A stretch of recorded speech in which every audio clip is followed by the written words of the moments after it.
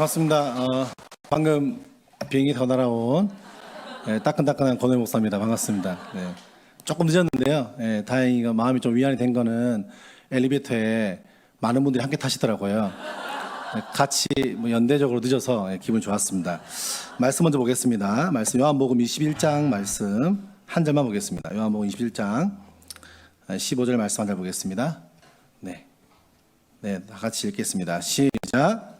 그들이 접한 후에 예수께서 시몬 베드로에게 이르시되 요한의 아들 시몬아 내가 이 사람들보다 나를 더 사랑하느냐 하시니 이르되 주님 그러하나이다.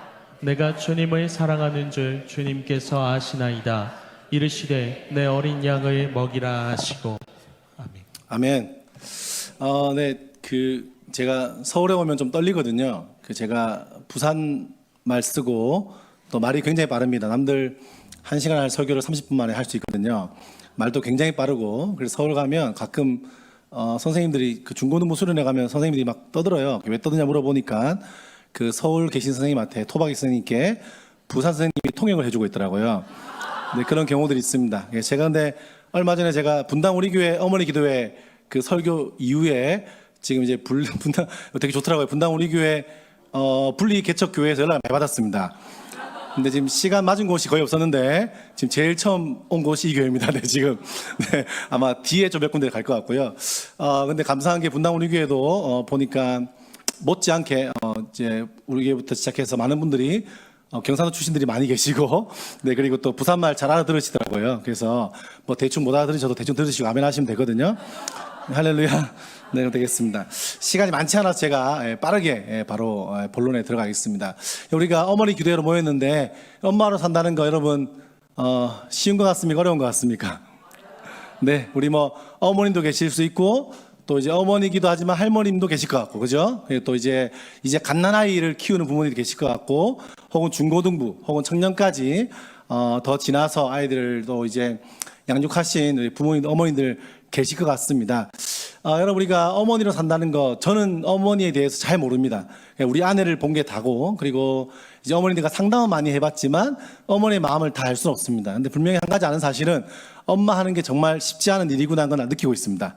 엄마들이 갈수록 표정이 안 좋아지고 육아를 시작한, 그렇게 우리 젊고 곱디고 왔던 우리 어머님들께서 육아를 시작한 동시에 굉장히 이제 어려워지시고 화장이랑 거추장스럽고 그리고 점점 이렇게 목소리가 나긋나긋한 줄 알았는데 저는 그 집사님의 목소리가 그렇게 큰지 몰랐어요.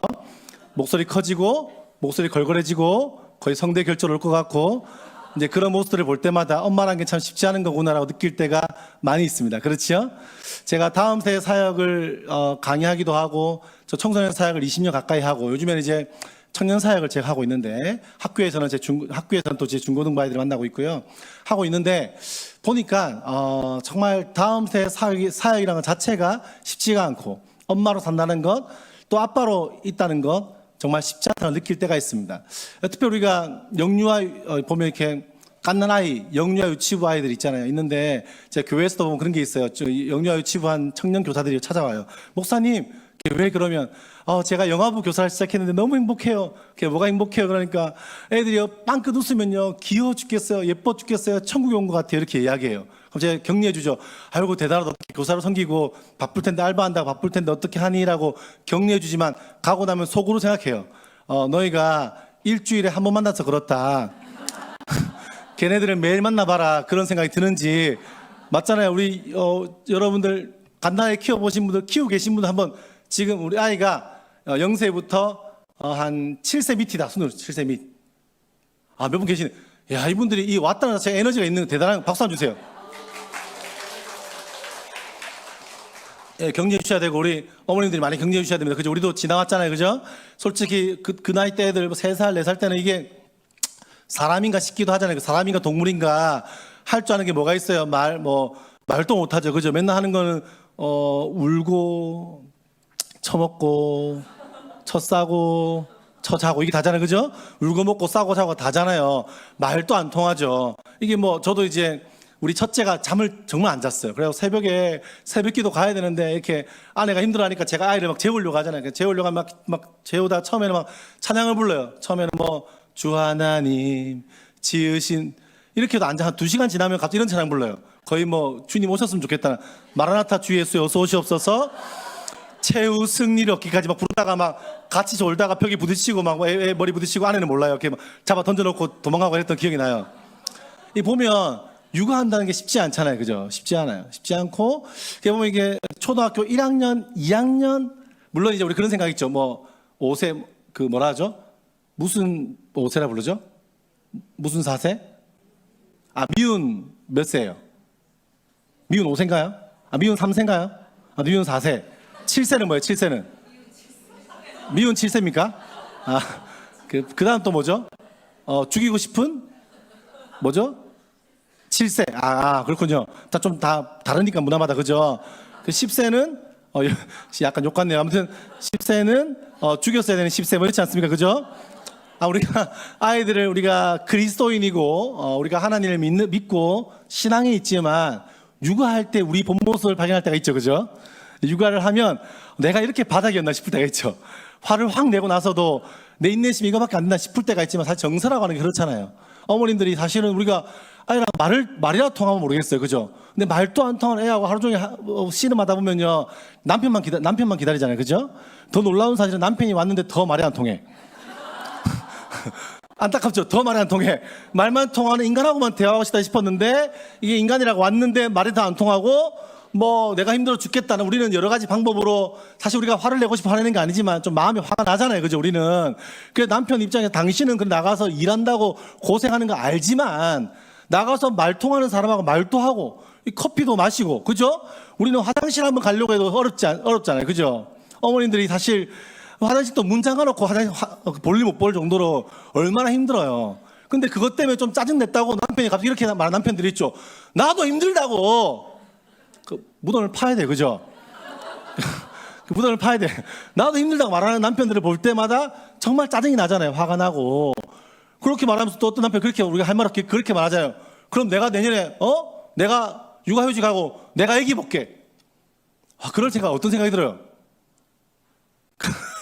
할 말이 많죠, 그죠? 솔직히 그 남편이 육아를 하고 내가 돈 벌면 더 돈 많이 벌 수 있어요. 맞아요, 안 맞아요? 자신 있지 않습니까, 여러분? 왜 여러분 자신이 없어요, 표정에? 자신 있잖아요. 우리 지금 이게 수도권 엄마들 자신 있잖아요. 자신 있는데 문제가 뭐냐? 그 남편이 육아를 하면서 제대로 아기를 보겠다는 보장이 없잖아요, 그죠? 그리고 집안 청소가 돼 있겠어요, 안 돼 있겠어요? 안 되겠죠. 우리는 집안 청소도 하고 한단 말이에요. 물론 1, 2학년 때는 조금 나은 것 같아요. 이게 조금 말통하면 엄마들이 그렇게 말해요. 좀 한숨 돌리면서 우리 애가 요즘에 좀 나은 것 같아요 라고 말하지만 보면 이제 한 4학년부터 시작해서 뭐가 와요? 요즘에 사춘기 4학년부터 오죠. 그죠? 옛날에 사춘기가 중학생부터라 얘기했는데 지금은 이제 한 10세부터 사춘기 온다고 말해요. 10세부터 언제까지 오죠? 39살까지 오죠. 맞아요. 여러분 남편 보면 이해 안 되죠? 이해되는 분 손 들어보세요. 그렇죠? 한 명도 없어요 지금? 이해 안 되죠? 왠 줄 알아요? 사춘기라고 생각하세요. 이 사춘기, 남편들이 사춘기가 길게 가고 있어요. 그죠? 39까지 가는 겁니다. 여러분 우리가 보면 욕구란 게 있어요. 욕구요. 우리가 욕구란 게 있는데 욕구가 이제 안전의 욕구가 강한 분들 계시고 엄마들 중에서 안전의 욕구가 강한 사람들, 즐거움의 욕구가 강한 사람들, 그리고 사랑의 욕구가 뭐 등등 있어요. 안전의 욕구가 강한 사람들 어떤 사람들이냐? 이 불안감이 있습니다. 그래서 잔소리가 엄청 많아요. 그죠?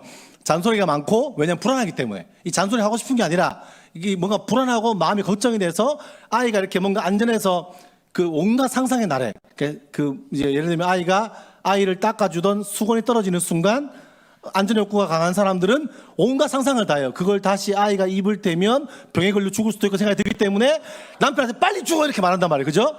근데 사랑의 욕구나 즐거움이 강한 남편들은 이런 생각을 해요. 이미 떨어진 걸 지금 빨리 주워서 뭐하냐? 맞잖아요. 씻으면 되지 라고 생각하기 때문에 천천히 줍다가 욕을 처먹죠. 그러니까 욕구라는 게 달라요. 욕구를 한번 분출할 때가 이제 어릴 때 한번, 청소년기 때 한번, 이제 좀 시간 지나면 엄마들은 언제 오냐? 갱년기 때 욕구가 또 분출됩니다. 남편 밥 해주기 싫고 옛날에는 마음에 거리낌이 있었지 밥 안 해주면 이제는 밥 안 해줘도 전혀 마음에 거리낌이 없고 난 내 자아를 찾아가겠어 마음이 들 때가 한번 욕구가 분출될 때고, 남편들은 갑자기 집에 와서 말이 점점 더 없어지면서 TV를 쳐다보는데 다른 TV를 보는 게 아니라 낚시 아니면 자연으로 간다 이런 거 있잖아요.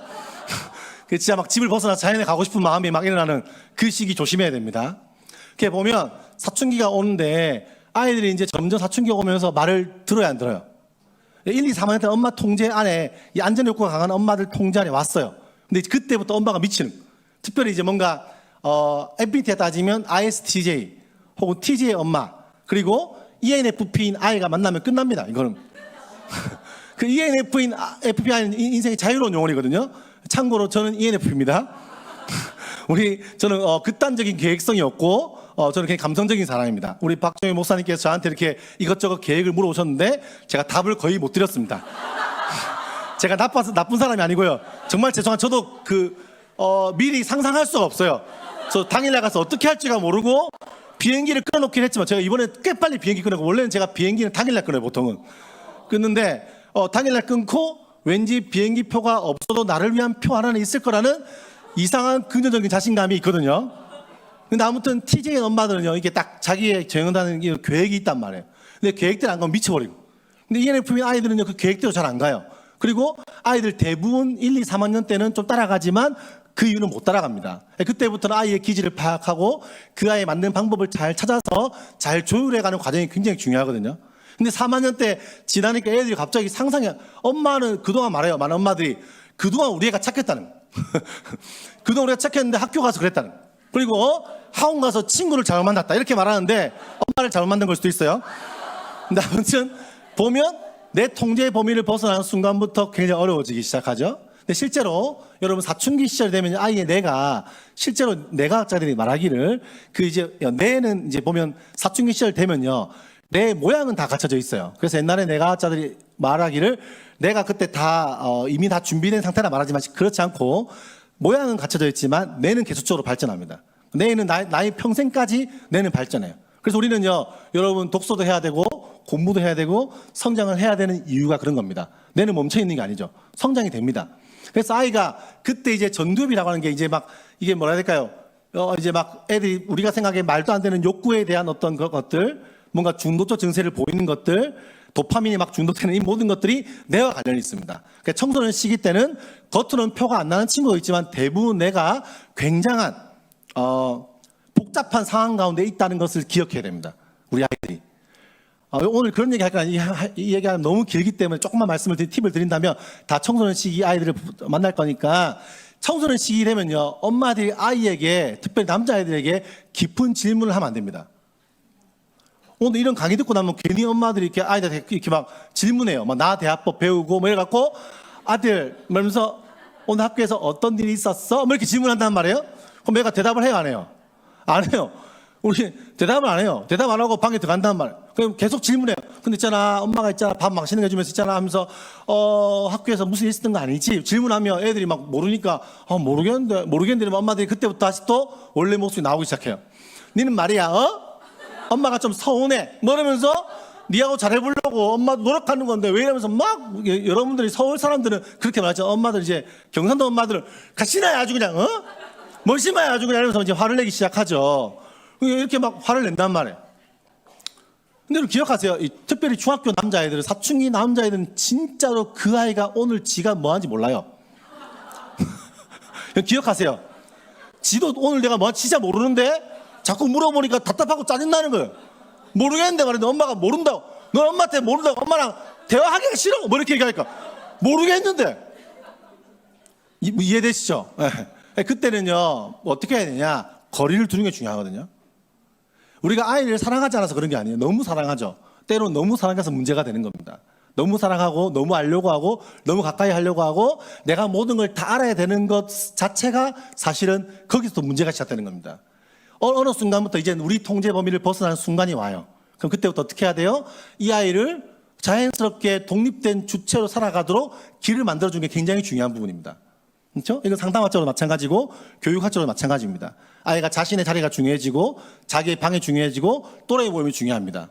이제는 내 통제 범위를 넘어서서 엄마 아빠의 영향을 벗어나서 또래 모임에 가까워지고, 그리고 제3의 어른이라고 표현하는데 내가 내 마음대로 정해진 사람들 말고 엄마 아빠나 학교 선생님 말고 제3의 어른들을 통해서 영향을 받게 되는 시기가 오는 게 청소년 시기거든요. 그때 삶의 영향을 크게 받습니다. 그렇죠? 그때는 거리를 두는 게 중요하고, 한번 이렇게 해볼까요? 한번 연습해볼까요? 한번 거리두기 연습. 청소년 시기 되는 아이가 있으면 그렇게 하십시오. 한번 이렇게 해볼까요? 첫 번째, 우리 아이를 만나면 심호흡을 잘했나? 한번 깊이 심호흡 해볼게요. 시작. 두 번 해보세요. 시작. 아이가 지금 정상이 아닐 때 만나면 나도 정상이 안 되거든요. 우리도 이제 약간 파충류의 뇌로 변해요. 그럴 때 심호흡만 3번 해도 좀 바뀝니다. 그렇죠? 그때 싸우면 이제 관계가 깨지는 거예요. 심호흡을 3번 하고, 자, 따라하세요. 손을 한번 들어볼게요. 손을 드시고, 저도 처음 해보는 해볼게요. 이렇게 하세요. 어떻게 하지? 거리두기. 자, 이렇게 해볼게요. 자, 시작. 거리두기. 좋아요. 반대쪽으로 거리두기. 첫 번째 거리두기가 필요합니다. 심호흡과 거리두기. 두 번째 거리를 잘 두세요. 적당한 거리. 너무 벗어나면 안 돼요. 또 이렇게 막 너무 벗어나면 적당한 거리를 둡니다. 그래서 아이가 위험할 때나 아이가 도움을 요청할 때 감각적으로 파악하는 게 중요합니다. 그러니까 세 번째는 뭐냐? 따라하세요. 잡담하기. 여러분 교사들 중에서도 보면 주일날에 늘 심각한 분들이 있어요. 앉혀놓고 이렇게 막 예수님께서 너를 왜 죽으셨어? 맨날 매주 죽었어. 매주. 오늘은 부활했는데도 자꾸 예수님 너를 십자가로 죽으셨어. 너무 진지해. 네 인생은 뭐야? 피자 사주고 막 아웃백 뭐 비싼 거 막 사주고 앉아갖고 너의 꿈은 무엇이니? 자꾸 애들이 그 다음부터 먹기 싫어요. 이 가벼운 잡담과 농담이 굉장히 중요하거든요. 그렇죠? 여러분 우리가 관계도 마찬가지거든요. 늘 진지한 얘기면 어떡합니까? 아이들과 잡담을 잘하고 이야기를 해서 그 연습이 필요해요. 엄마 아빠들이 너무 인생을 험악하게 해서 우리 대한민국 특별히 부모님들이 인생을 재미있을 일이 별로 없어. 그죠? 근데 좀 웃을 일을 많이 갖고 애들 보는 예능도 좀 많이 보고 그래서 뭔가 재미있는 거리를 찾아서 아이와 그냥 진짜 이런 생각 들어요. 저도 그렇고 청소년 사회 가면 요즘 제가 청년 사역을 시작했더니 진짜 할 맛이 나요. 정말 청년 사역은 꿀이구나 싶어요. 저희가 청년들이 한 300명 되거든요. 지금 이번 학기만 60명이 등록했거든요. 등록했는데 제가 청년들 만나면 밥 사줄 맛이 나요. 질문도 하고 대화가 돼. 근데 청소년들과 밥을 사주면 어떤 생각이 드냐? 내가 사줬으면 적어도 예의가 있어야 하잖아요. 예의가 없어요. 저끼리 대화하고 피자 먹겠다 그러고 피자헛 피자헛도 진짜 헉 맛이 나올 정도로 얼마나 비싸요. 그죠? 피자헛. 나도 못 먹으면 진짜 아주 그냥 그런 생각이 든단 말이에요. 피자헛 먹고 저끼리 대화하고 한 놈은 A를 말하고 한 놈은 B를 말했는데 C로 결론이 나고 빠이빠이. 다음날 교회도 안 나오고 이렇단 말이에요. 의리 없는 것들. 근데 청년 사회가 해보면요 진짜 너무 쉽더라고요. 저 개인적으로는. 이게 보면요 아이들 보면 그런 게 있는데 아이와 그럴 때 그냥 먹으면서 같이 헛소리하고 그냥 잔소리 말고 같이 헛소리하고 대화하는 게 굉장히 중요합니다. 그게 소통의 창구가 됩니다. 그래서 부모와 엄마와 솔직히 아빠들이 잡담 잘하는 분도 계시지만 지쳐서 또 삶에 지쳐가 쉽지 않잖아요. 그러니까 어머니들 아이들과 잡담해보고 대화를 통해서 그럴 때 아이들이 뭔가 도움을 요청하는 그 시기에 툭툭 치는 여러분 넛지 디자인이란 말이죠. 작은 디자인을 통해서 변화를 만드는 것처럼 아이에게 툭툭 던지는 아이가 막 엄마 있잖아 정말 짜증나는 게 학교 선생님 지금 담탱이 지금 짜증나 싫어 죽겠어 이렇게 말하면 또 선생님 보고 담탱이가 뭐야 뭐 이러면 그러면 안 되고 조금 이해해주고 뒤에 가서 말해줄 수 있지만 이 담탱이 정말 짜증나서 힘들어 죽겠다 이렇게 말했을 때 이렇게 엄마도 진짜 맞지 엄마도 옛날에 진짜 고등학교 담탱이 때 진짜 완전 진짜 개고생했어 이러면서 진짜 힘들었어. 근데 엄마들이 엄마도 그때 힘들었는데 보니까 엄마도 있잖아 그때 있잖아 돌아보니까 그 선생님도 그 선생님 역할이 있었던 거 아니? 뭐 이런 식의 이야기도 하는 게 필요한 거죠. 잡담들이 필요한 거예요. 아무튼 저는요 교사들이나 부모님 만날 때 특별히 중등부 사역할 때 제가 포항에서 기쁨의 교회라는 교회 사역할 때 중학생이 한 100명쯤 됐는데 한 3년 하니까 한 250명 나오더라고요. 근데 이제 엄마들이 상담 요청을 엄청 했어요. 새벽 한 2시에 전화가 왔어. 아빠가 전화가 왔어요. 애랑 남자애 중학교 중2 남자애랑 엄마랑 싸워서 전사님 알아서 좀 말려주면 좋겠다 그러는 거예요. 그래서 내가 그거는 당신의 일인 것 같다라고 말씀을 드렸어요. 아빠가 해야 될 일입니다 말씀드리고 내가 할 일이 아닌 것 같다라고 말씀을 드렸고 저는 또 불명 알아듣기 전 파트타임이라고 말씀드렸거든요. 지금 업무 시간 아니라고 말씀을 드렸어요. 아무튼 근데 보니까 엄마는 상담을 진짜 많이 했어요. 근데 그때 대부분 문제가 뭐냐면 이 엄마들이 아이들을 어떻게든 그 시간에 고치려고 해요. 아이를. 여러분 거룩한 10대, 거북한 10대라는 유진 피터슨의 책에도 그런 얘기가 나와요. 청소년들의 사춘기는 고쳐야 될 병이 아니라 지나가야 될 과정이라는 얘기하죠. 그 책에서 한 말이 맞나? 아무튼 잘 그래요. 그리고 그 책에서 이렇게 말해요. 청소년 시기에 아이들의 사춘기 시절은 말도 안 되는 말이거든요. 부모에게 주신 하나님의 축복입니다. 이렇게 말해요. 그것 보는 순간 헐이란 말이 나오시죠?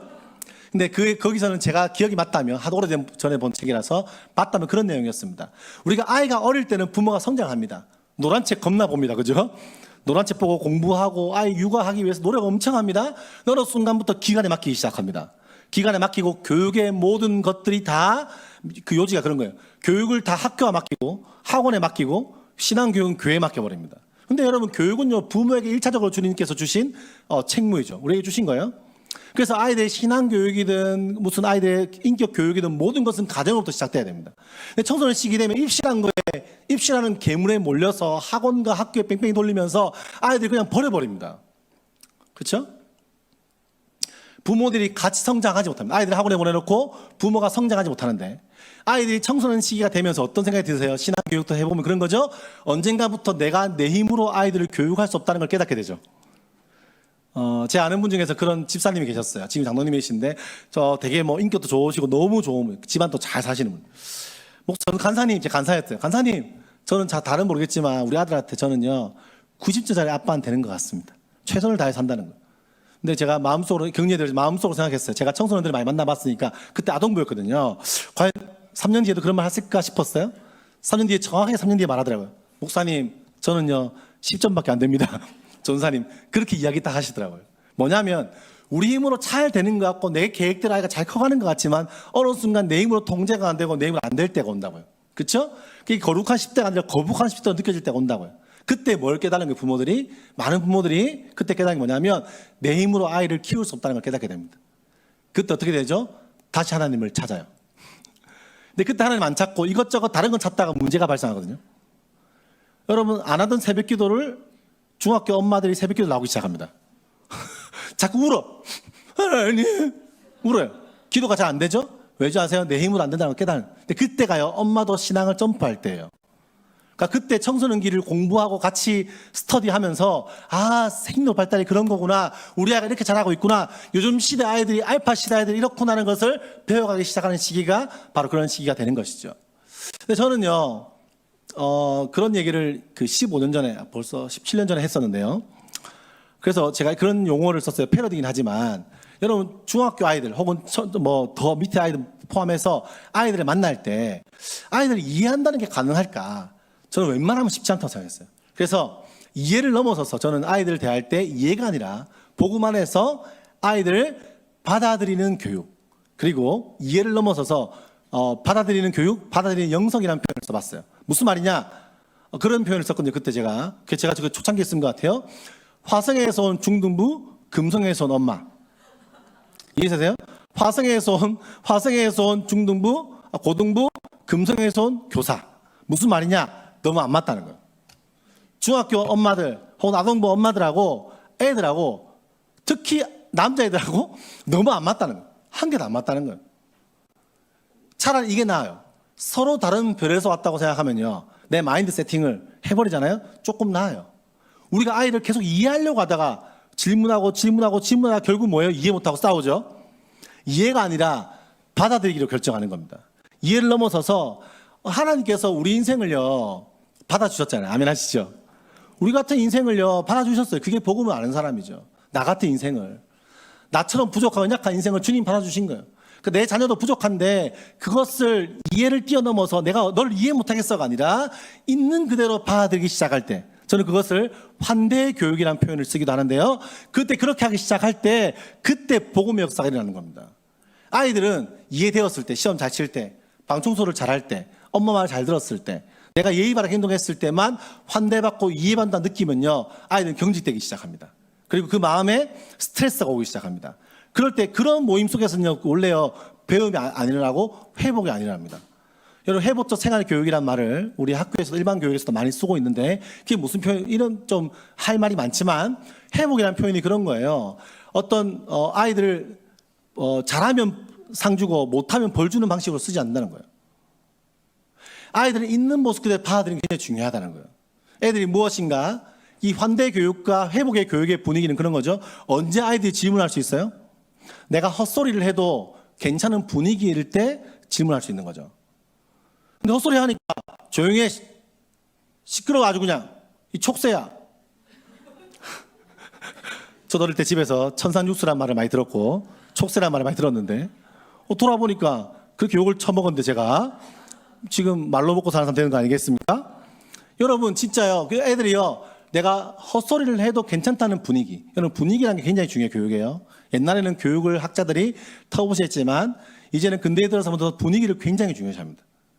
이 가정의 공기가 어떤가? 이 가정의 분위기가 경직되어 있는가? 엄마 아빠의 평소에 대화의 어떤 분위기가 어떤가? 이 가정의 문화가 어떤가? 다른 말로 문화로 될 수 있겠죠? 교회의 분위기가 어떤가? 학교의 분위기가 어떤가? 제가 대안학교를 하고 있는데 기독교 대안학교에서 굉장히 중요한 그거예요. 환대 분위기. 아침 아이들 왔을 때 안아주는 겁니다. 하이파이브 하는 겁니다. 찬양을 틀어놓는 겁니다. 좋은 찬양을, 좋은 클래식을. 환대하는 분위기 속에서 뭐가 일어나요? 아픔이 있는 애들이 있죠. 우울증 있는 친구들이 있죠. 근데 어떤 일이 일어나요? 환대의 분위기 속에서 아이들은 진짜 회복이 일어나요. 그 정서적인 회복과 영적인 회복이 일어날 때 뭐가 일어나요? 그때부터 진짜 배움이 일어나는 겁니다. 여러분 시험을 잘 치고 암기력 테스트하고 수능 잘 치는 거 이미 그 뛰어넘어야 됩니다. 진짜 배움과 이해와 진짜 삶을 살아내는 지속적인 학습자를 키우는 방식은 뭐예요? 진짜 배움을 경험하는 거예요. 근데 그게 어디서 나오는 겁니까? 환대의 분위기에서 나오는 거죠. 환대의 분위기 속에서 엄마가 아이에게 어떤 질문을 하는가가 중요합니다. 여러분 아이들에게 질문, 아까처럼 그런 질문 말고 좋은 이슈에서 좋은 질문들 하고 계십니까? 저도 이제 우리 초등학교 우리 4학년 아이하고 아침에 학교 가면서 이렇게 차 타고 가다가 이제 그거 뉴스 같은 거 틀어요. 틀어놓은 다음에 질문합니다. 너는 어떤 당을 지지하냐? 막 들어보게 합니다. 그래서 지난번 사자 토론 같은 거 이제 그거 할 때 대통령 토론 할 때도 같이 봤어요. 보고 나니까 이번 총선에도 그런 토론이 있는 줄 알고 뭐 어디 있냐고 저 물어보더라고요. 그때 이제 한 후보께서 그런 얘기 했어요. 선제 타격이라는 말을 했어요. 갑자기 이한이 갔다 우리 아들이 그러는 거예요. 아빠, 저건 아닌 것 같다. 왜 그런 거예요? 선제 타격을 하면 선제 타격을 하는 순간 모두가 다 진다. 때리면 싸우게 되면 서로 다 죽는 거 아니냐. 선제 타격 아닌 것 같다. 다른 한 사람이 그렇게, 저의 지론은 아닙니다. 우리 아이가 그렇게 말씀드립니다, 여러분. 혹시나 정치 색깔 다 다를 수 있으니까. 그래서 제가 지금 말씀을 또 그 다음에는 한 후보가 말했어요. 대화를 통해 풀어야 된다. 이한이 말했어요. 내 생각도 저가 똑같다. 이러면서 갑자기 내 생각도 똑같다면서 대화를 해야 되는 거 아니냐고 이렇게 이야기하더라고요. 그런 다음에 총선에 대해서 이야기 나누니까 질문들. 너는 어떤 이 우리 제주도 지역에 어떤 공약, 이 공약이 어려우니까 어떤 뭐 설명을 했겠죠. 어떤 공약들을 가진 사람을 뽑는 게 좋겠어라고 질문하면 아이도 막 고민해 보는 겁니다. 고민해 보는. 근데 그 애가 헛소리 할 거 아니에요. 말도 안 되는 소리 할 거 아니에요. 근데 그럴 때 니는 진짜 사회를 뭐 배웠어? 이런 소리 하면 안 되겠죠? 들어주고 격려해주고 환대의 분위기 속에서 나오는 거죠. 학교도 마찬가지거든요. 학교에서 막 이상한 소리를 해도 선생님들이 들어주고 친구들이 그런 거에 삿대질 하지 않을 때 거기서 진짜 배움이 일어나는 겁니다. 그게 요즘 말하는 미래 역량. 2015년 교육개정부터 역량이라는 말이 들어오기 시작한 거 아시죠? 이제 역량이라는 말이 들어오고 역량은 심리적 감성 역량, 의사소통 역량 이런 게 있어요. 역량은 그냥 수능 공부만 다 되는 게 아닙니다. 조별로 과제를 제대로 해보고 소통을 해보고 대화를 해보고 사회에 일어나고 있는 문제들을 고민해 본 다음에 그 문제를 좋은 프로젝트를 연결해서 그 문제를 해결해보는 경험과 실제로 펀드라이징도 해보고 클라우드 같은 걸로 해보고 내가 이미지도 만들어 본 다음에 그런 것들을 통해서 사회의 변화를 만들어 볼 때 진짜 배움이 일어납니다. 내가 사회의 작은 변화를 일으켰다는 것을 느끼게 될 때 그때부터 진짜 배움을 경험하게 됩니다. 영성도 마찬가지입니다. 신앙이라고 하는 게 교회만 있는 게 아니잖아요. 성경 안에만 있는 게 아니잖아요. 내 신앙이 삶으로 연결될 때 진짜 신앙이 일어나는 겁니다. 기도했더니 내가 전도했더니 내가 믿음의 마음으로 삶을 설교 말씀에 적용해 보았더니 이런 일이 일어나는구나라고 느꼈을 때 진짜 신앙이 생기는 거예요. 이제는 그런 프로젝트를 통해서 그 프로젝트가 이제는 비즈니스로가 연결되는 것들이 필요하거든요. 여러분 그 유엔의 지속 가능 뭐 이런 거 보셨어요? 그쪽 보세요, 알겠죠? 학원에만 다 보내지 마시고 그 OECD에서 말하는 학습 2030 학습 나침판 혹시 보신 분? 보셔야 됩니다. 알겠죠? 거기서 말하는 역량이 뭔지. 데세코 프로젝트 이후에 일어난 그 역량에서 말하는 게 목표가 뭔지. 변형적 역량이란 말이 나와요. 그리고 책임감이란 말이 나오고, 그리고 그 역량 안에서 모두의 웰빙 이런 말이 나와요. 그런 것들을 보시고 우리 아이에게 앞으로 살아가는 삶에 진짜 필요한 역량인지를 고민하셔야 됩니다. 아직도 대학에 목숨 거는 어른들이 계신데 여러분 잘못 알고 있는 거예요. 진짜로 이제는 해외 기업부터 블라인드 채용을 하기 시작했죠. 우리나라 기업에도 그렇게 하기 시작합니다. 얼마 전에 좀 유의미한 통계가 나왔는데 실제로 사람을 뽑고보니까 카카오에서 코딩으로만 뽑았는데, 대기업이잖아요. 뽑았는데 대학교 2학년이었습니다. 그래서 물었대요. 대학 다닐래? 아니면 너 회사 취업할래? 취업하겠습니다. 대학 그만두고. 대학의 중요한 시절이 아닙니다. 부모님들이 이런 생각들을 가지고 당장 눈앞에 보이는 건 엄마의 자존심, 그 아이의 자존심이 아니라 멀게 보고 아이의 진로를 고민해야 됩니다. 그 아이가 좋은 대학 가더라도요, 보니까요, 제가 청년들 요즘에 이번 3달 동안 애들 100명 이상 제가 신방을 했는데 만났는데요, 진짜 그 중에 70% 이상은 다 대학원생이고 직장 다니는 친구들이 엄청 많아요, 반 이상. 근데 전부 다 진로 문제로 고민하고 있어요. 제가 한 번 더 제가 진로에 대해서 고민하기 시작했어요. 청소년 제가 대안학교를 하니까 진로 교육을 엄청 하는데 저희들은 계속해요. 아이들 진로 교육 사람 만나게 하고 진로를 찾게 하고 내가 누구인지를 알게 해야 해보 탄력성을 갖게 되는 거고 진로를 모르잖아요. 그래서 내가 물어서 청년들에게 너 진로 교육 때 뭐 했냐? 다 잤다는 거예요. 너 진로 교육 때는 뭐 했냐? 그거 그냥 다 같이 통째로 하는 거 아무것도 한 거 별로 없다는 거예요. 근데 그때 아이들이 진짜 다양한 경험과 뭔가를 시도하고 실패해보는 경험을 해봐야 아이들이 자기 삶을 찾아가요. 대학 가서 이 길이 아닌 개별 대학교 2학년 때 과를 다 바꿉니다. 그때 나는 누구인가를 고민해야 되는데 그때도 못한 친구들은 직장 2년 차에서 이 길이 아닌 개별하고 또 새로운 일을 찾아갑니다. 물론 앞으로 여러분의 자녀들이 살아갈 시대는 어떤 사람 좀 적게 작게는 7.5개의 직업 혹은 22개의 직업을 갖게 된다고 이야기합니다. 근데 그중에서 반드시 하나에서 2개 정도는 기업과 창업과 관련된 스타트업 관련된 일을 하게 되거나 돕게 된다고 이야기하죠. 그러면 요즘에 학교에서 왜 기업가정신 수업을 하려고 하는지, 기업가정신이라고 하는 게 뭘지, 기업만 하는 사람만 기업가정신을 배우는 게 아니고 그들이 말하는 미래가 모호하고 미래가 변화가 빠르고 미래가 불안하단 말이에요. 근데 그때 직장에 바뀌었을 때도 새로운 걸 추진하고 회복을 할 수 있고 도전할 수 있는 역량이 필요하다. 이게 기업가정신이거든요. 오늘 여기까지만 하겠습니다. 그 다음 얘기 할 얘기가 있으니까. 그래서 제가 드리고 싶은 말은, 우리가 엄마들이 되게 불안해 하시거든요. 아이들에 대해서. 불안한 것 때문에 잔소리도 하거든요. 근데 부모님들이 오히려 아이들의 삶을 1차적으로는 신앙적으로 아이들의 삶을 오늘 기도해 와서 주님께 맡기시길 소망합니다. 잘 맡기셔야 돼요. 그리고 이 아이의 살아가는 미래는 걱정스럽지만 함께 고민할 때 남들이 다 가는 길이 그 길만이 길이 아니라는 걸 부모님들 아셔야 돼요. 이미 그 길만을 따라가는 건 안 된다는 거 여러분 알고 있잖아요, 경험상. 그 죽도록 고3 때 막 새벽 막 2시까지 공부하고 인생을 행복하게 막 자살하고 싶고 막 이렇게 살다가 대학 막상 갔는데 인생이 행복하지 않다는 거. 그때 죽도록 공부하고 대학 때는 공부 한 개도 아니에요. 참고로 저는요, 중고등학교 때 공부를 진짜 더럽게 안 했습니다. 그렇게 보이나요? 제가 올해 43입니다. 42인가? 아무튼 헷갈리긴 하는데 제가 조금 어려 보이지 않습니까, 여러분?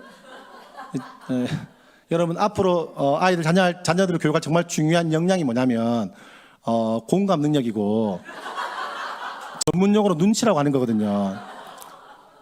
대부분 엄마들이 눈치가 없는 경우가 좀 있더라고요. 약간 분당이나 이쪽 서울 쪽에 보면. 제가 물어보겠습니다. 제가 젊어 보여요, 안 젊어 보여요? 그죠? 근데 제가 이 얼굴이 중3 때 얼굴.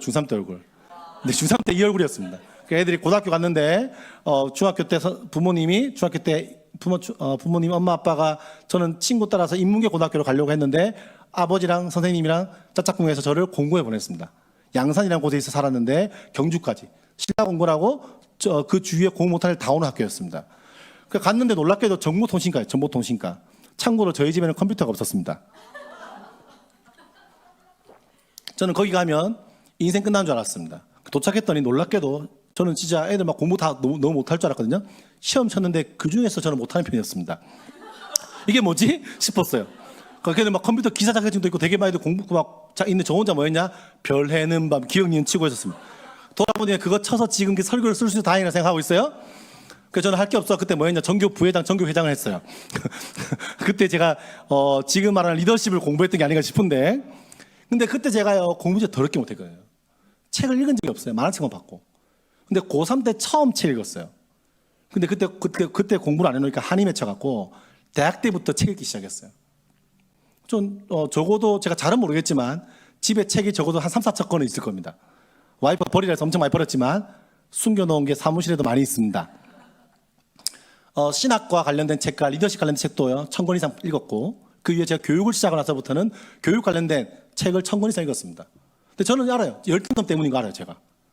근데 저는 한 가지 분명한 게 있어요. 지속적인 학습을 하는 사람이다. 얼마 전에 통계해보니까 성인들이 읽는 책이 1년에 3권도 안 된다. 이렇게 나와. 우리나라 한국 성인들이 읽는 책이. 저는 한 주에 3권 읽거든요. 뭘 말하고 싶은 거냐. 여러분 아이가 지금 좀 공부 못할 수 있어요. 지금 아이가 좀 부족할 수 있어요. 중요한 그 아이가 하나님을 바로 알아가고 나는 누구인가를 찾아가고 부모의 신뢰 속에서, 그것을 이 카스토라란 스페인에서는 신뢰의 교육이라는 표현을 쓰는데, 하나님께서 그 인생을 향하신 놀라운 계획과 뜻을 기억하고 신뢰를 받은 아이들은 어떻게 되냐? 자기 길을 찾아가게 되어 있습니다. 더딜 수 있어요. 근데 그 길을 찾아갈 때 행복해요. 아멘 하세요? 남들 가는 길 따라가고 늘 열등감 속에 살아가면 그 인생이 얼마나 불행해요.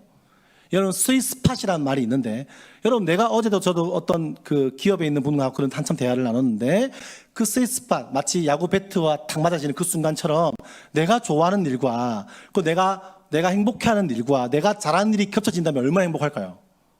저는 그거 들으면서 진짜 전율이 일어나더라고. 나는 진짜 우리 아내가 이렇게 말하거든요. 당신은 하고 싶은 거 다 하고 산다, 이렇게 말하거든요. 저는 제가 좋아하는 일, 제가 잘하는 일과 제가 감동스러운 일이 다 겹쳐 있어요.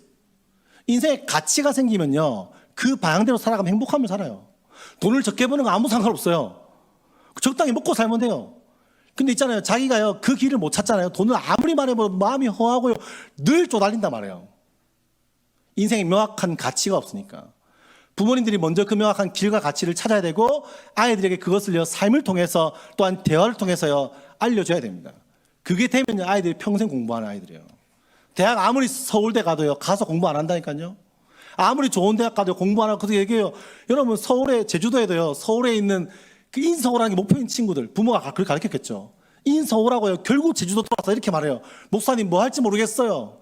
10년 동안 제주도 떠나 있다가 제가 이런 회사 다녔는데요, 제 길이 아닌 것 같아요. 새로 학교 다니는데 간호학과 다 새로 가고. 그것도 나쁘지 않죠. 인생의 진로는 여정이니까, 원래 여정으로 보는 거니까.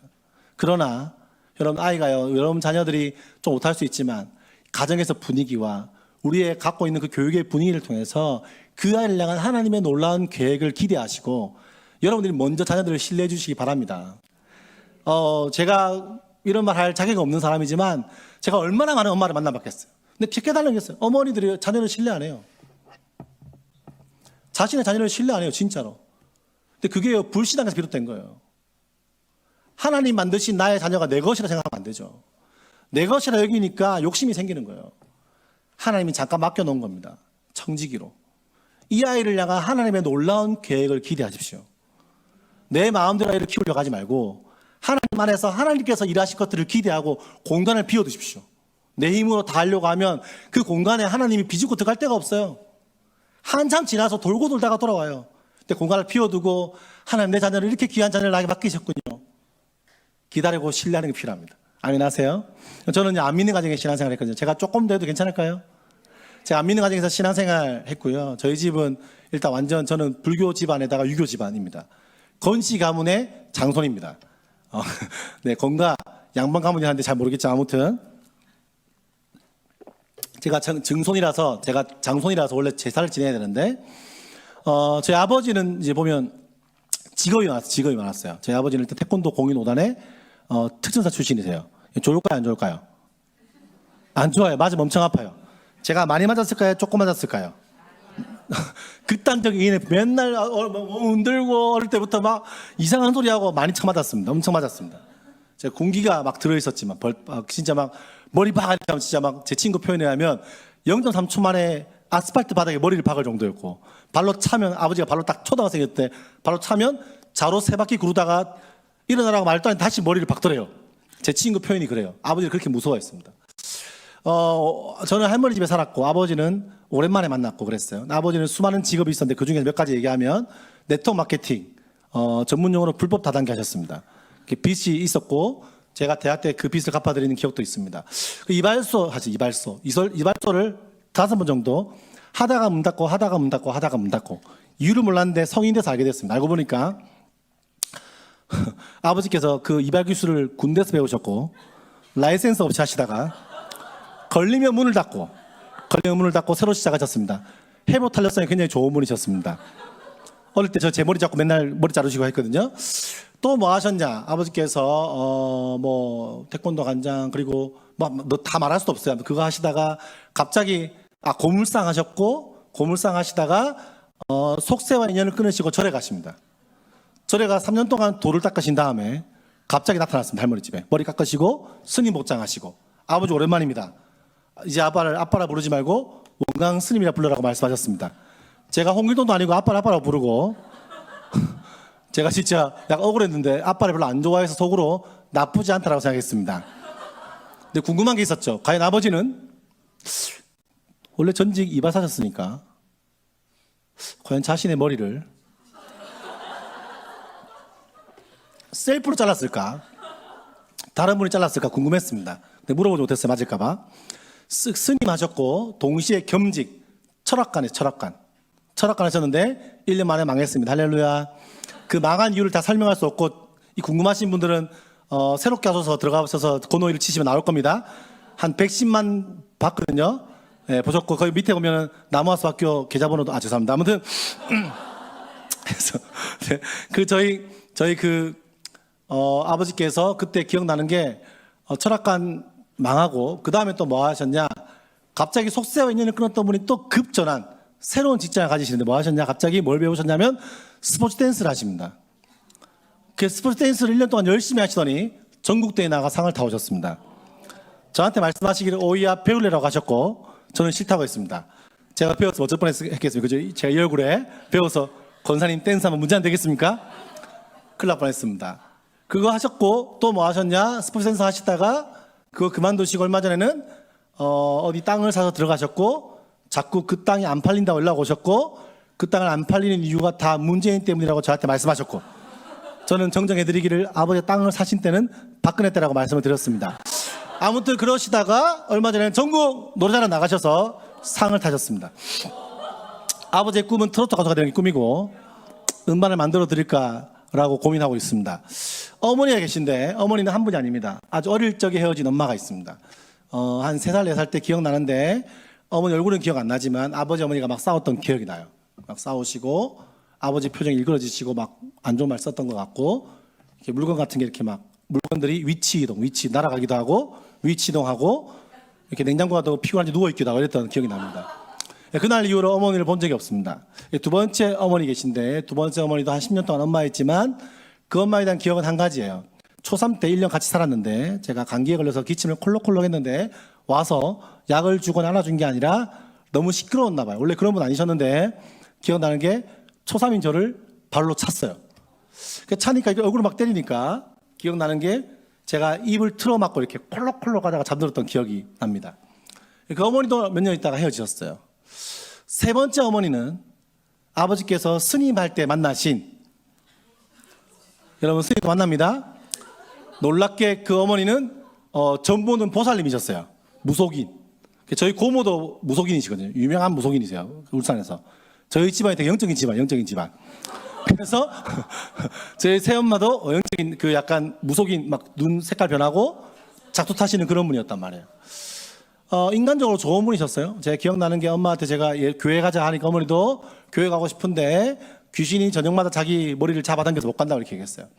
근데 그 어머니도 제 고3 때 20살 때 돌아가셨습니다. 제 손으로 장례를 다 치렀습니다. 엄마 복이 없는 건지 한편으로 엄마 복이 많은 것 같기도 해요. 그죠? 엄마가 많잖아요. 그죠? 관점을 바꾸면 인생 행복한 거 아니겠습니까? 그래서 엄마 복이 많은지 어머니 돌아가셨어요. 네 번째 어머니는 제가 25살 때 필리핀에 단기 선교를 떠났다 6개월 만에 잠깐 집에 왔는데 또 제 허락 없이 새엄마가 와 있었습니다. 네, 아버지가 말씀하시기를 엄마라 불러라 그러시길래 따로 불렀습니다. 아버지를. 아버지 솔직히 저 좀 이제 컸잖아요. 전도사였고 아버지 솔직히 그동안 공식적인 엄마들 외에 그 비공식적인 엄마들까지 너무 많다. 그래서 제가 유효기간을 드리겠습니다. 유예기간. 앞으로 6개월 뒤에 돌아올 건데 6개월 뒤에도 엄마로 계시면 엄마를 모시겠다고 했는데 감사하게 지금 엄마로 계십니다. 기억나시면 우리 수지 함께하는 교회 여러분들이 기도해 주세요. 하나님 아버지, 제주도 사는 권우희 목사님 집에 더 이상 엄마가 생기지 않게 하여 주시옵소서. 웃지 마시고 아멘 하세요. 엄마가 생기면 힘듭니다. 뭐가 힘드냐? 첫 번째로 뭐가 힘드냐? 간증하는 데까지 시간이 너무 오래 걸려요. 지금 4명 또 지금 엄청 빨리 왔어요. 지금 시간이 없어서 빨리 하셨어요. 빨리. 제가 그런 가정에 자랐습니다. 그럼 제가요, 상처가 있을까요? 없을까요? 있었죠. 10대에요. 자존감이 낮았을까요? 높았을까요? 완전 낮았죠. 바닥이었어요. 죽고 싶은 마음도 다 말할 수 없지만 죽고 싶고 낮은 자존감에 학습이 될까요? 안 돼요. 엄마 거의 저는요, 한글도 늦게 이렇게 알았고요. 수학 보면요, 지금도 수학 보면 그게 뭔지 잘 모르겠어요. 이제 우리 아들 수학을 더 이상 가르쳐주기 어려운 시기가 왔어요. 보면요, 진짜 보면 기초학습은 하나도 안 되고 몸에서는 할아버지 할머니가 그래도 할머니가 잘 키워주셨지만 고물상 하셨는데 옷 같은 거 이렇게 막 고물대에 들어온 것도 입히기도 했거든요. 제가 어릴 때 기억나요. 제가 막 이렇게 막 냄새가 나는 거야, 제 몸에. 나는 느낌. 자존감이 낮으니까 냄새 나는 거 같고. 공부가 돼요, 뭐가 돼요? 그 스포츠 그런 게 있어. 제 유일한 스포츠 그런 스포츠 혹시 아시는지 모르겠는데 그 남의 물건을 나의 것으로 하는 스포츠 아세요? 도벽이죠, 도벽. 남의 것을 잘 훔쳤습니다. 운망고 훔치기도 하고, 운망고 훔치다 걸리기도 하고, 기억나는 게 공장을 털기도 했습니다. 제 리더십이 주로 팀플, 고등학교 때, 중학교 때부터는 팀플을 짜서, 이렇게 너는 망을 봐라. 행동대 이렇게 하면서 이렇게 공장을 털기도 하고, 나쁜 짓 많이 했어요. 참 학교에서는 쓰레기란 말도 듣고, 공부도 못하고, 오해도 많이 받고, 키는 크고 얼굴은 말라갖고, 저는 귀찮아하고 머리 삭발했는데, 반만 때리고 앞에서. 진짜 삭발이 좋았어요. 반항한 게 아니었어요. 꿈도 없고 소망도 없던 저였어요. 그럼 제가 감사한 것은 오늘 그 뒤에 다 말은 너무 기니까요. 제가 감사한 것은 제가 주일학교를 다녔다는 거예요. 주일학교 누가 전도했냐? 할아버지가 셨어요. 할아버지가 교회 다니셨는데 저를 전도하시고 교회를 그만두셨거든요. 근데 할아버지는 이유가 뭐냐면 이제 교회가 제사 못 지내게 한다 이것 때문에. 근데 그때 마음에 제가 아버지 밑에 안 사니까 교회 다니면 그때만 해도 그래서 교회 다니면 착한 말 많이 듣는다 때문에 손자를 보내신 것 같아요. 교육 때문에. 근데 아무튼 제가 주일학교 다녔는데 교회에서 마찬가지 아니겠어요? 뭐 기도가 됩니까? 찬양하면 괜히 막 찬양 딴 노래 부르고 막 기도하고 있으면 애들 막 눈 찌르고 막 뒤통수 때리고 막. 근데 그때 초등학교 4학년, 5학년, 6학년 담임쌤이셨어요. 40대 한 후반 정도의 나연옥 집사님이셨어요. 근데 그분이 저를 3년 동안 같은 반 데려갔어요. 지금 돌아보니까 일부러 제 상황을 알고 자기 반 데려간 거였어요. 또 세밀하게 제 친한 친구들을 같이 데려갔어요. 일단 왜 좋은 분, 첫 번째 뭐가 좋았냐? 만나면요, 용돈을 주셨습니다. 좋아요, 안 좋아요? 여러분, 말 그대로만 사랑하지만 돈으로도 사랑해야 됩니다. 그죠? 교회 주일학교 쌤들 알겠죠? 하나님의 역사는 예배당을 떠났고 아웃백에 있다 그런 말이 있어요. 아무튼 보면 이렇게 보면 이렇게 돈을 용돈을 주셔서 5,000원씩 주시니까 제가 그분 집 주위를 돈 없으면 계속 배회했어요. 쌤 웬일이세요? 이렇게 만나고 이렇게 막 용돈 받아가고. 근데 그 돈 뭐 했을까요? 오라시 가서 다 썼어요. 근데 허비한 것 같지만 돌아보니까 제가요 그 돈 헛된 거 아니죠? 제가 그 돈 받고 교회 다녔고 지금 그 돈보다 훨씬 많은 돈을 저도 쓰고 있어요. 아이들을 노트북도 사주고 제가 우리 제자들 힘든 친구들 위해서. 청소년 사역은 계속하면 뭐가 생겨요? 뭐 이렇게 빚이 생기면 우리는 빛의 사자, 빚진 자들 주님께. 그래서 주님 오심이 되게 기다려지고 되게 좋아요. 마라나타 주에서 어서 오시옵소서 주님 이렇게 막 카드값이 연체될 때마다 그런 마음 든다고. 되게 좋은 게 있어요. 아무튼 사역하면서. 근데 보면 우리가 그 쌤이 용돈도 주셨고 또 기억나는 게 몇 가지가 있었어요. 보면 저를 잘 환대해 주셨는데 이렇게 교회에서 이렇게 막 바자회 같은 거 한 불러요.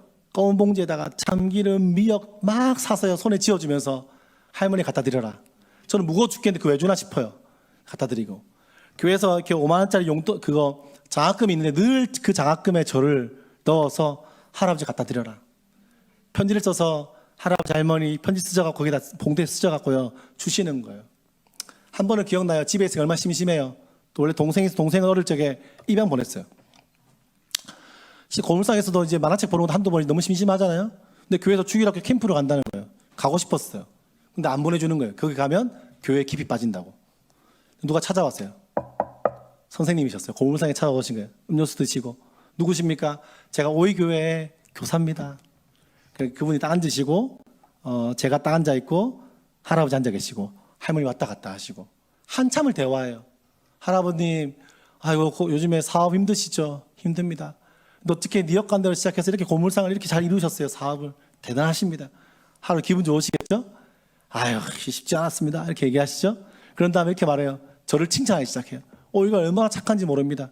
착하긴요. 지난주에 교회에서 헌금 훔쳤는데 헌금도 훔치고 창문 깨고 나쁜 짓 많이 했는데 친구랑 싸우고 쌍욕하고 그때만 제가요 분노가 가득해서요. 특히 중학교 때는 그게 다랬는데 그때 초등학교 때였지만 지나가다가 부딪히기만 해도 쌍욕을 했어요. 그 짐이 안 된다는 말 때문에 안 된다는 마음 때문에. 근데 제가 하나님 만나고요 그거 완전 다 바뀌었거든요. 저는 분노가 별로 없어요. 저는 와이프한테 순한 양처럼 살아갑니다. 아무튼 근데요 그때 그 선생님이 한참 그런 얘기하다 저를 막 칭찬하니까 선생님 기분 좋을까요? 오이가 너무 착합니다. 인사를 얼마나 잘하는지 몰라요. 할아버지가 다른 건 몰라 인사를 잘 가르치셨거든요. 인사를 너무 잘합니다. 할아버지 기분 좋으시겠죠. 하시는 말씀이 근데 이번에 교회에서 캠프 가는데요 오이 데려가면 안 될까요? 오이가 너무 착해서 회비도 안 내야 됩니다. 돌아보니까 회비 안 냈던 이유가 아니고 선생님이 늘 캠프 때마다 미리 자기 돈 내시고 저를 위해서 금식기도 하셨대요. 오이 캠프 데려가면 안 될까요? 가면 재밌는 거 많이 배웁니다. 재밌는 것도 많이 하고 좋은 거 많이 배웁니다. 할아버지 그런 얘기 하셔서 이렇게 말씀하시더라고요. 개울가도 가고 바닷가도 가고 그러는데 오이가 엄마 아빠가 멀리 계셔서 개울가 바닷가 한번 못 가봤다고 들었는데 데려가서 재밌게 놀고 맛있는 거 많이 먹이고 데려오면 어떨까요? 그런 얘기를 하시는 거예요. 할아버지가 마지못해 보내주셨고 저는 그때부터 캠프에 갔고 교회를 조금씩 알아갔습니다. 그러나 그때도 제가 시간이 지나고 마음에 분노가 가득하니 교회를 떠나겠죠? 떠나서 막 오토바이 타고 돌아다니고 늘 이렇게 막 친구랑 노는 게 좋았지만 오토바이 타고 그 마음의 허한 거를 채우지 못해서 죽고 싶어 그랬단 말이에요. 근데 마지막에 누가 생각날까요? 허할 때 선생님이 생각나는 거예요. 오랜만에 교회 갔습니다. 갔더니 저 멀리서 버선발처럼 뛰어온다는 것처럼 누가 막 뛰어오는 거예요. 나연호 선생님이셨어요. 달려오셔서 뭐라 했을까요? 저 같으면 이렇게 말했을 것 같은데 야 오이야 네가 그만에 받아쳐먹고 교회를 떠나? 이렇게 말할 것 같은데 안 하시고 저를 갑자기 아무 말도 안 하고 와락 안으시는 거예요. 다 안으시고 딱 한마디예요. 오이야 잘 왔다. 그때 핸드폰도 없을 때잖아요. 오이야 잘 왔다.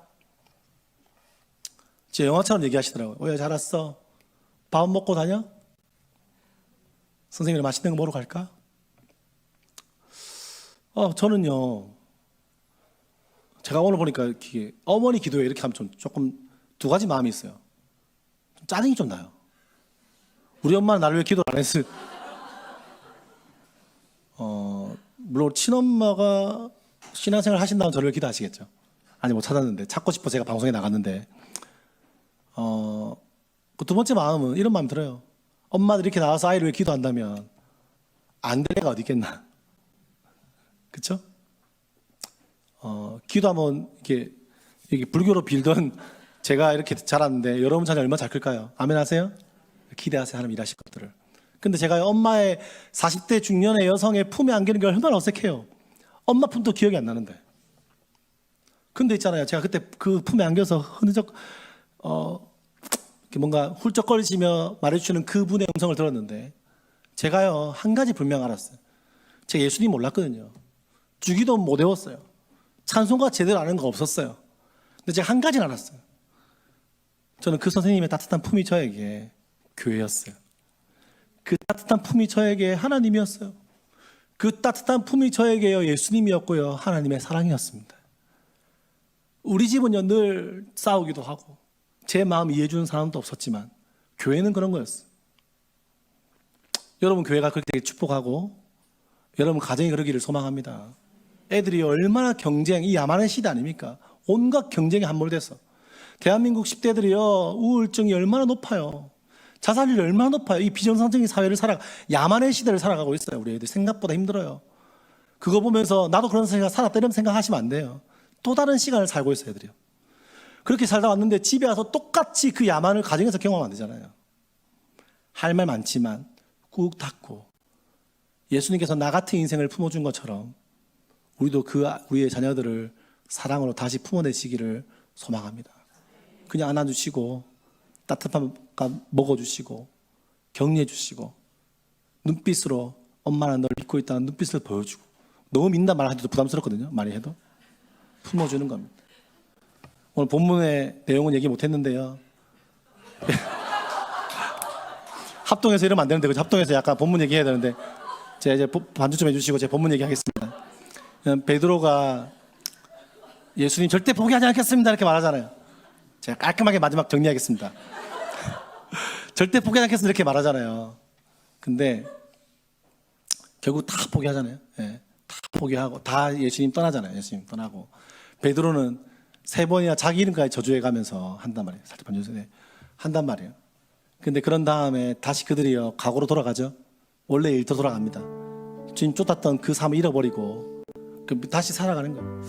어머님들 아이들 키우다 보면 내 어릴 때 젊을 때 사명감도 있었고 선교 단체에서 믿었던 그 믿음의 확증도 있었는데 자녀 키우다 보면 뭐 하는가 싶고 다시 그냥 현장에 파묻혀 갖고 그냥 물고기 잡는 그 제자들처럼 살고 있는데, 근데 안 잡히잖아요. 맞아, 뭐가 빈 배처럼 옆집에 다른 애들 잘 되는 거 보니까 막 부럽기도 하고 우리는 왜 그런가 싶기도 하고 열심히 살아왔는데 빈배 같은 내 인생을 다 경험할 때가 있잖아요. 근데 그렇게 하고 있는데 누가 찾아오시죠? 여기에 그물을 내려라. 그들이 처음엔 잘 모르다가 이제 알게 됩니다.